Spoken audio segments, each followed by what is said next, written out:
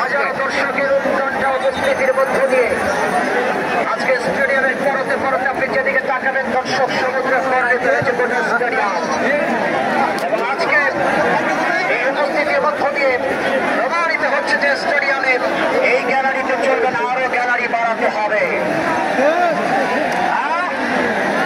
আরো গ্যালারি বাড়াতে হবে। আগামী দিন সে সপ্তাহে কাজ করবে অবশ্যই আমাদের ক্রীড়া সংস্থা শেফের দর্শক মন্ডলী। খেলার 7 মিনিটে এটা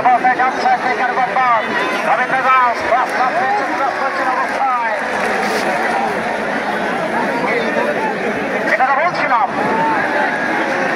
খেলার 7 মিনিটে গোবিন্দগঞ্জ দলের পক্ষে বাংলাদেশ জাতীয় দলের সেই তারকা, সেই নবীন দেওয়ার জীবক সবাইকে অবহারীর তারকা খেলোয়া দুর্দান্ত ভাবে গোলরক্ষক অবস্থাকে পরাস্ত করে দলের পক্ষে একমাত্র গোলটি করেন 7 মিনিটের ব্যবধানে। সমাবেশ 17 মিনিট 18 মিনিটে গিয়ে দারুণভাবে লেভেল স্কোর করে ফেললেন পৌর একাদশ সেই গাইবান্ধা। দলের পক্ষে সেই গোলটি করেছেন অবস্থায় বিদেশি খেলোয়াড় গাম্বিয়া থেকে যিনি এসেছেন, মাত্র 3 মাস আগে বাংলাদেশে এসেছেন।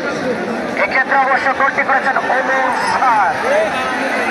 এক সমতা, দুর্দান্ত ফাইনাল